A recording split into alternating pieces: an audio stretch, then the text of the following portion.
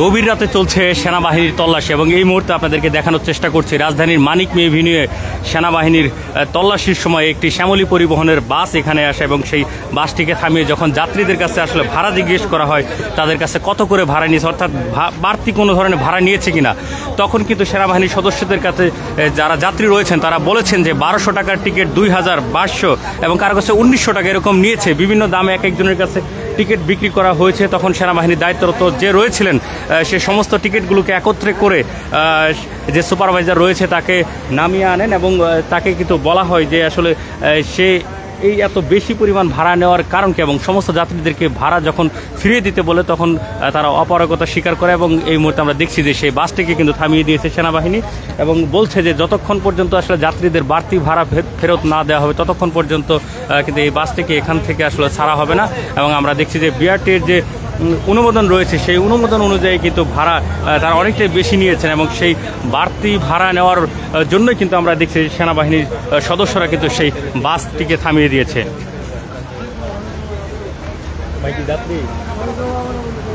কত দিয়ে টিকিট কাটছিলেন? এমনি নর্মাল ভাড়া কত? 1400। 1900 নিয়ে নিচ্ছে। কই থেকে টিকিট কাটছিলেন? মিরসরাই। আমরা দেখছি যে এখানে কিন্তু সুপারভাইজার এবং ড্রাইভারকে নামিয়ে নেওয়া হয়েছে এবং বলা হচ্ছে যতক্ষণ পর্যন্ত আসলে এই বাড়তি ভাড়া যে নেওয়া হয়েছে সেই বাড়তি ভাড়া ফেরত না দেওয়া পর্যন্ত কিন্তু এখান থেকে আসলে বাসটিকে ছাড়তে দেওয়া হবে না। এবং আমরা দেখছি যে একজন সেনাবাহিনীর দায়িত্বরত যিনি রয়েছেন তার হাতে কিন্তু এই টিকিটগুলোকে জমা রাখা হয়েছে এবং তিনি বলছে যে সবাইকে জনে জনে ভাড়াকে ফেরত দেওয়া হবে এবং ফেরত দেওয়া হলেই কিন্তু তখন তাদেরকে ছাড়াবে। এবং আমরা দেখছি যে সরাসরি সেনাবাহিনীর কর্মকর্তারা কি বলছেন সেটি কিন্তু আপনাদের শোনার চেষ্টা করছি।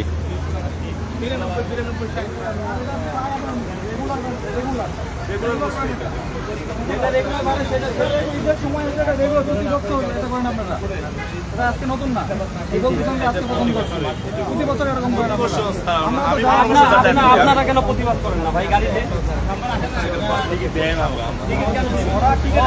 গাড়ি বসায় রাখবে। আমরাও জানি না ভাই, এটা কাউন্টারে তাড়াতাড়ি যা করো। আমরা দেখছি সুপারভাইজারকে বলা হচ্ছে যাতে গাড়ির মালিককে ফোন দেওয়া হয় এবং টাকা নিয়ে এসে সবাইকে আসলে ফেরত দেওয়া হয় এবং তারপরে কিন্তু আসলে ছাড়তে পারবে। এই ঈদকে কেন্দ্র করে অর্থাৎ আগামীকাল ঈদ, ইতিমধ্যেই কিন্তু অর্থাৎ রাতের 12টা বাজতে খুব সম্ভবত 1 মিনিট বাকি রয়েছে বা 2 মিনিট অথবা হয়তো 12টা বেজে গিয়েছে অর্থাৎ 12টা 1 বাজে অর্থাৎ ঈদের দিন কিন্তু শুরু হয়ে গিয়েছে। ঈদের দিনের যে প্রথম প্রহর সেই প্রথম প্রহরে কিন্তু যে সকল যাত্রীরা রয়েছেন বাড়িতে ফেরার জন্য তারা কিন্তু অপেক্ষায় রয়েছেন এবং তারা দীর্ঘ অপেক্ষার পরে যখন ডাবল ভাড়া দিয়ে তারা যাচ্ছিলেন তখন কিন্তু সেনাবাহিনীর যে সকল সদস্য রয়েছেন তারা এই বাসটিকে থামিয়ে দেয় এবং থামিয়ে দিয়ে সেই রেগুলার ভাড়া জিজ্ঞেস করার পর যখন শুনে যে রেগুলার ভাড়া থেকে বেশ কিছু টাকা বেশি নেওয়া হচ্ছে অর্থাৎ 4 থেকে 500 টাকা বেশি নিয়েছে এক একটি টিকিট থেকে, তখন কিন্তু তাদেরকে আসলে বলা হচ্ছে যাতে যে বাড়তি ভাড়া সেই ভাড়া যাতে ফেরত দেওয়া হয়।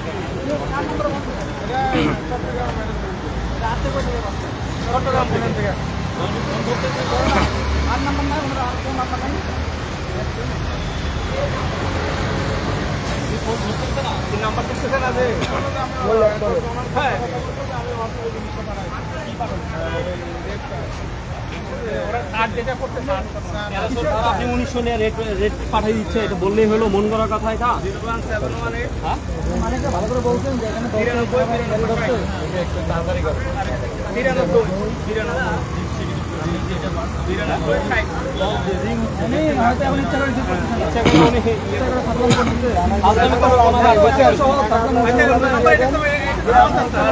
ফোন করে আসছে। আমি এই গাড়ির ফোন করে আনে ওই ড্রাইভার কিন্তু আসে নাই। এটা হলো এক্সট্রা যখন দেখছে মালিকের গাড়ি আটকানো থাকবে সমস্যা নাই তো ভাই, গাড়ি আটকানো হয়েছে এবং বিশেষ করে সেই আমরা দেখছি যে যে সুপারভাইজার রয়েছে সে কিন্তু আসলে তার যে কর্তৃপক্ষ রয়েছে সেই কর্তৃপক্ষের সাথে কথা বলার চেষ্টা করছেন, কিন্তু তার ফোন কিন্তু রিসিভ করছেন। আমরা অপেক্ষায় রয়েছে পরবর্তী কি পদক্ষেপ আসলে নেওয়া হয় এবং বাড়ি পৌঁছার জন্য কিন্তু অনেকে অপেক্ষা করছে। কত দূর যাবেন আপনারা? রানীশঙ্কর, ঠাকুরগার দিকে। কয়টার দিকে বাসে উঠছিলেন? আমরা উঠছি 7টায়, 5:30 হ্যাঁ, আপনার তো তাহলে তো অলরেডি তো ঈদের দিন তো শুরু হয়ে গেছে, তাহলে তো ঈদের পরের দিন কালকে পৌঁছাবেন, কারণ উত্তরবঙ্গের যে পরিমাণ রাস্তায় জ্যাম। তারপরে আবার এখানে বাড়িতে যাওয়া লাগবে। আচ্ছা, বাড়তি কত টাকা ভাড়া দিচ্ছেন? মানে টিকিট আপনি কত দিয়ে কাটছিলেন? আমি কাছে এখন মতো 1900 টাকা নিয়েছে। 1900 আগে ছিল 1300। আগে ছিল 1300।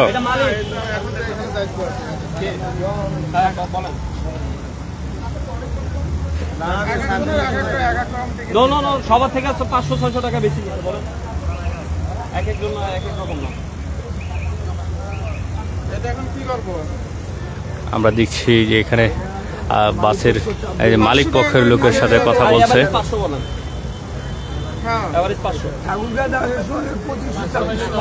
আপনারা দেন কেন?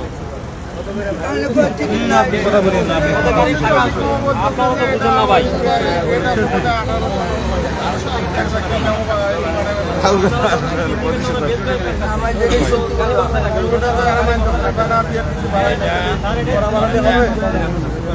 আটকাইছেন এই জন্য জানতে পারছি, অন্য সময় আটকায় না।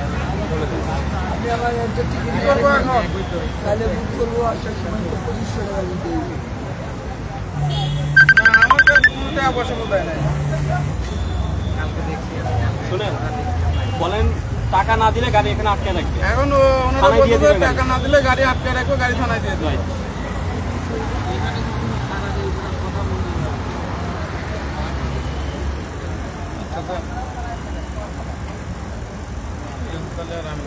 থানায় নিয়ে গেলে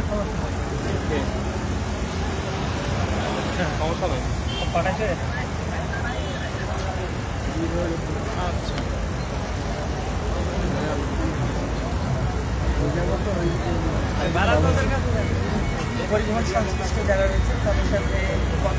কি বলে কি বলবো?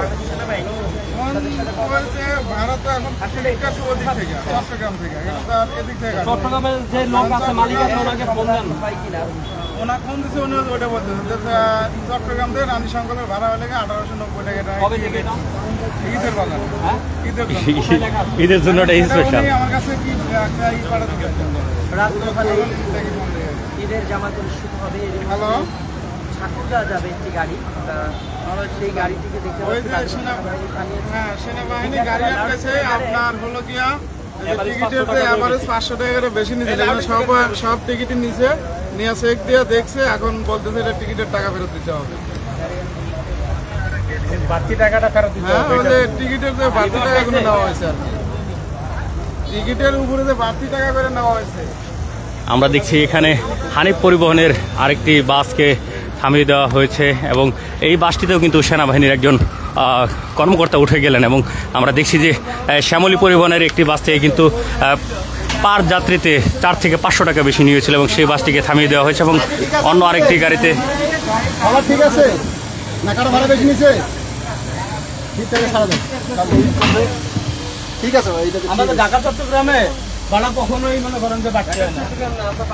বাংলাদেশে কোথাও ভাড়া আমরা দেখছি যে হানিফ পরিবহনের যে বাসটি এখানে থামানো হয়েছিল, সেই যাত্রীরা যারা রয়েছে তারা কিন্তু বলেছে ভাড়া ঠিক নিয়েছে এবং সেই বাসটি কিন্তু ছেড়ে দেওয়া হলো এবং এখানে শ্যামলী পরিবহনের একটি বাসকে থামিয়ে রাখা হয়েছে। অর্থাৎ এই বাসের কিন্তু এখন পর্যন্ত সমাধান আসেনি, কারণ এখান থেকে প্রত্যেকটা যাত্রীর কাছ থেকে 5 থেকে 600 টাকা কিন্তু বেশি নেওয়া হয়েছে। এই বাসটি যাবে ঠাকুরগাঁ এবং এই অর্থাৎ ঈদের দিন কিন্তু শুরু হয়ে গিয়েছে, আর কয়েক ঘন্টা পরে কিন্তু ঈদের জামাত শুরু হবে এবং আমরা দেখছি এখানে আরেকটি গাড়িকে আসলে থামানোর চেষ্টা করছিল, সেই গাড়িটি কিন্তু চলে গেল এবং আরেকটি গাড়িকে কিন্তু এখানে সিগন্যাল দেওয়া হয়েছে এবং সেই গাড়িটিকে তল্লাশি করা হবে। গভীর রাতেও কিন্তু সেনাবাহিনীর এই তল্লাশি চলমান রয়েছে, অর্থাৎ এই ফাঁকা ঢাকায় যাতে কোনো প্রকার অপ্রীতিকর ঘটনা না ঘটে এবং সেই অপ্রীতিকর ঘটনা এড়ানোর জন্য কিন্তু সেনাবাহিনীর এই বিশেষ তল্লাশি।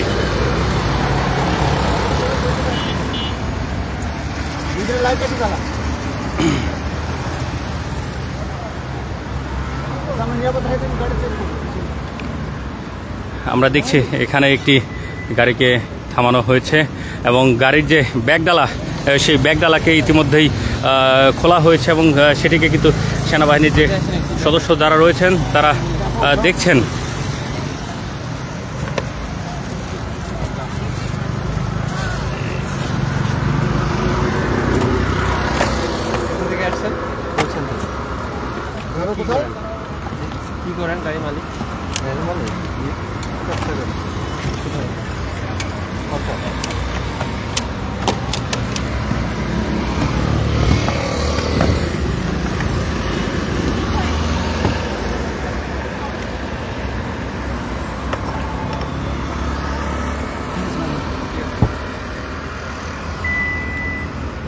আমরা দেখছি এই গাড়িটিকে তল্লাশি করে ছেড়ে দেওয়া হলো। এভাবে বেশ কিছু গাড়িকে কিন্তু আমরা দেখেছি থামানো হয়েছে সন্দেহভাজনভাবে, এবং এখানে প্রায় সব গাড়িগুলোকে কিন্তু থামানো হচ্ছে এবং তাদেরকে তল্লাশি করা হচ্ছে। মোটরসাইকেল যেগুলো রয়েছে, কার রয়েছে, জিপ রয়েছে এবং বিভিন্ন টাইপের যে যানবাহনগুলো চলছে এই মানিক এভিনিউ দিয়ে, সেই গাড়িগুলোকে কিন্তু থামিয়ে তাদেরকে চেক করা হচ্ছে এবং দেখা হচ্ছে যে কোনো প্রকার অপ্রীতিকর ঘটানোর জন্য যে জিনিসগুলো সেগুলো রয়েছে কিনা। এবং কিছুক্ষণ আগে কিন্তু আমরা দেখেছি একটি মোটরসাইকেলের যে পিছনে যে রয়েছিল বসে, তার কাছে কিন্তু গাঁজা পাওয়া গিয়েছিল এবং তাকে কিন্তু পুলিশের কাছে সোপর্দ করে দেওয়া হয়েছে। এবং আমরা দেখছি যে কি বলছেন সেই আমরা তো বাসে যাবেন।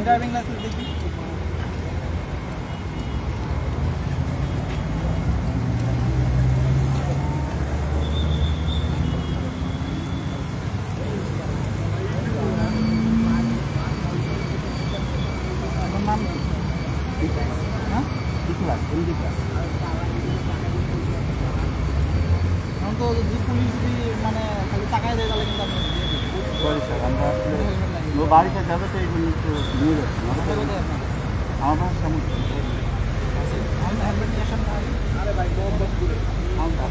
তো যাই না, আমি একাই যাওয়া আসা করি। তাহলে আপনি গিয়ে তাহলে হেলমেটটা নিয়ে আসেন, তারপরে চলে যান। নিয়ে আসি, ঠিক আছে। আমরা দেখছি দুইজন ব্যক্তি একটি মোটরসাইকেল দিয়ে এখানে এসেছিল এবং একজনের কাছে মোটরসাইকেল না থাকায় তাকে কিন্তু বলেছে যে এই মোটরসাইকেলটি একপাশে রেখে সে বাসায় যাবে, হেলমেট নিয়ে আসতে পারলে তাকে কিন্তু ছেড়ে দেওয়া হবে এবং তার শাস্তি কিন্তু এটি করা হয়েছে। এবং আমরা দেখছি এখানে আরেকটি গাড়িকে থামানো হয়েছে এবং গাড়ির যে ব্যাগডালা, সেই ব্যাগডালাকে চেক দেওয়া হচ্ছে।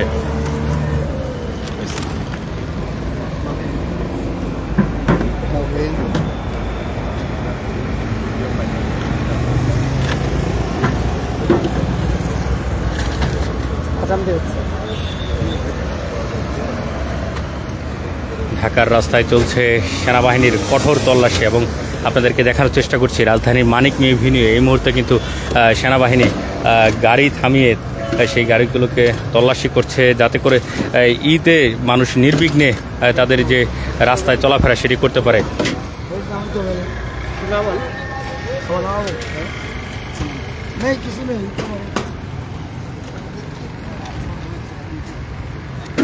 গভীর রাতে অর্থাৎ ঈদের দিন কিন্তু শুরু হয়ে গিয়েছে, কয়েক মিনিট ইতিমধ্যে অতিবাহিত হয়ে গিয়েছে, রাতের 12টা পার হয়ে গিয়েছে এবং এই সময়টাতেও কিন্তু সেনাবাহিনীর যে সকল সদস্য যারা রয়েছেন তারা কিন্তু সাধারণ মানুষের কথা চিন্তা করে, অর্থাৎ বাংলাদেশের মানুষের কথা চিন্তা করে কিন্তু তারা এই যে গভীর রাতেও তল্লাশি চালাচ্ছেন।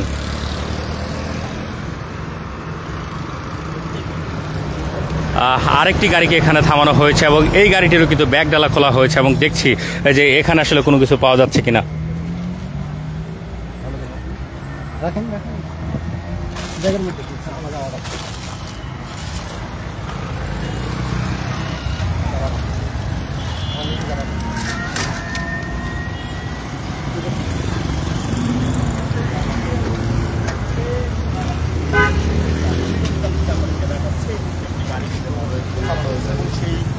গাড়িটিতে কিন্তু চিরুনি তল্লাশি চালানো হচ্ছে, সেটা আপনাদেরকে দেখাচ্ছে। এবং আজকে কিন্তু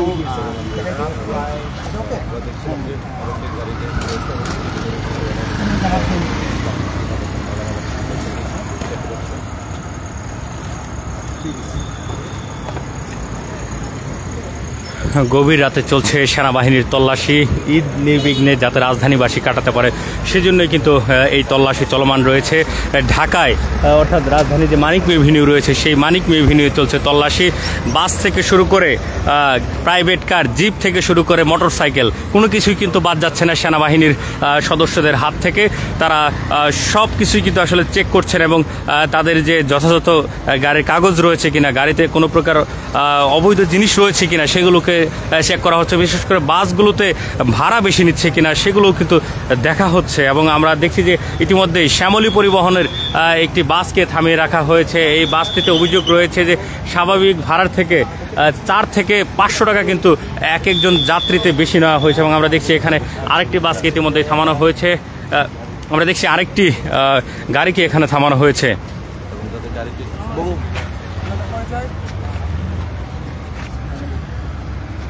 কাইন্ডলি আপনাদের গাড়িটা চেক করবো আর হচ্ছে পেপারগুলো দেখাবেন, ব্যাকগ্রাউন্ডটা খুলে দিবেন। হ্যাঁ অবশ্যই, সবাই নেমে আসবেন। আপনাদের লাইসেন্সগুলো নিয়ে আসেন, গাড়ির কাগজপত্র সব। আমরা দেখলাম যে গাড়িকে কিন্তু এই মুহূর্তে থামানো হলো। আমরা দেখছি যে এই গাড়ির ব্যাগ ডালা ইতিমধ্যে খোলা হয়েছে এবং এই ব্যাগ ডালাটিকে চেক দিচ্ছেন।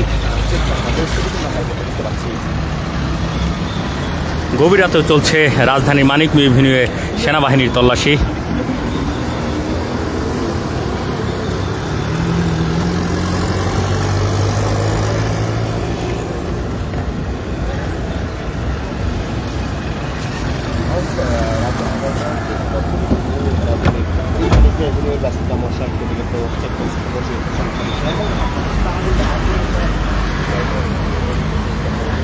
সেনাবাহিনীর তল্লাশি চলছে রাজধানী জুড়ে, অর্থাৎ মোড়ে মোড়ে কিন্তু সেনাবাহিনীর এরকম তল্লাশি চলমান রয়েছে, যাতে করে রাজধানীতে কোনো প্রকার অপ্রীতিকর ঘটনা না ঘটে। সেই অপ্রীতিকর ঘটনা এড়ানোর জন্য কিন্তু সেনাবাহিনীর এই বিশেষ অভিযান। এবং আরেকটি গাড়িকে আপনাদেরকে যদি এই মুহূর্তে দেখাই যে তারা কিন্তু চেক দিচ্ছেন, প্রায় প্রত্যেকটি গাড়িকেই চেক দিচ্ছেন। এবং পাশাপাশি এখানে একটি বাস থামিয়ে রাখা হয়েছে, যে বাসটিতে যাত্রীতে এক একজন যাত্রীতে 4 থেকে 500 টাকা বেশি নেওয়া হয়েছিল। এবং তার প্রেক্ষিতে বাসটিকে থামানো হয়েছে এবং বলা হচ্ছে ভাড়া যাদের কাছ থেকে বেশি নেওয়া হয়েছে সেই ভাড়া ফেরত দিয়ে তারপরে এখান থেকে বাসটি যাবেন।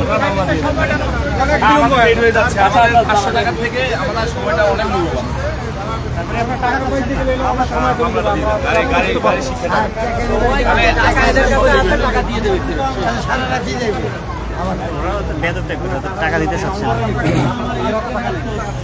কোম্পানি যে যাওরা করতেছে মামলা দিয়ে দেন, গাড়ি আরো একটু ওষুধ দিয়ে দিলেও হয়ে যায়। এদের ওষুধ দিয়ে লাভ আছে, টিকিট কাউন্টারের ওষুধ দিতে হবে।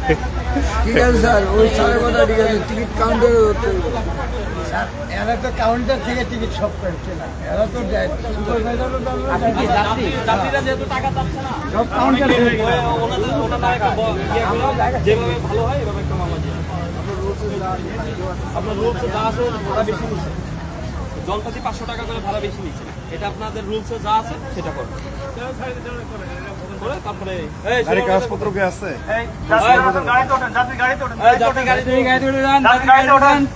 অবশেষে এই শ্যামলী পরিবহনের গাড়িটি ছেড়ে দেওয়া হবে। অর্থাৎ এই গাড়ি যারা যাত্রী রয়েছিল তারা কিন্তু এই দীর্ঘ অপেক্ষার পরে তারা বলছেন যে তাদের যে বাড়তি ভাড়া নেওয়া হয়েছে সেই ভাড়া তারা ফেরত চাচ্ছেন না। অবশেষে সেনাবাহিনীর কর্মকর্তাদেরকে যখন তাদেরকে বিষয়টিকে জানান তখন কিন্তু সেনাবাহিনীর কর্মকর্তারা তাদের কথা শুনে অবশেষে বললেন যে ঠিক আছে, তাহলে আপনারা গাড়িতে উঠে যান। এবং বাড়তি ভাড়া নেওয়ার পরিবর্তে যেহেতু বাসটিকে থামানো হয়েছে, বাসটিকে যে ধারায় আসলে মামলা দেওয়া যায় এখানে একজন সার্জেন্টকে ডেকে আনা হয়েছে এবং গাড়ির যে ড্রাইভার রয়েছে, যারা সুপারভাইজার রয়েছে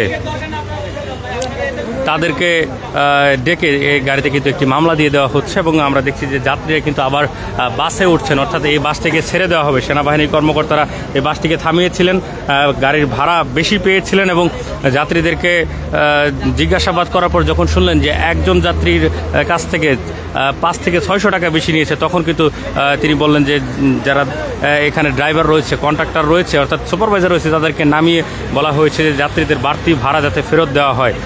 কিন্তু যাত্রীরা কিন্তু আসলে মানছেন না এবং তারা বলছেন যে আমাদের বাড়তি ভাড়ার কোনো প্রয়োজন নেই। এবং তারা বলছেন যে যেহেতু ঈদের দিন শুরু হয়ে গেছে, আমরা বাড়িতে ফিরতে চাই এবং আমাদের বাড়তি ভাড়ার কোনোই প্রয়োজন নেই, আপনারা আমাদেরকে যেতে দিন। তখন কিন্তু আসলে সেনাবাহিনীর কর্মকর্তারা নিরুপায় হয়ে গিয়েছেন এবং তারা কি করবেন আসলে এতগুলো মানুষের যে ঈদ যাত্রা সেটিকে বিবেচনায় রেখে তারা একজন সার্জেন্টকে ডেকে আনলেন এবং তাকে বললেন যে এই গাড়িটিকে আসলে কোনো ধারায় মামলা দেওয়া যায় কিনা, তাহলে অন্তত পক্ষে একটি শিক্ষা দেওয়া যাবে এই মালিক পক্ষকে। গাড়ির নামে মামলা দিব।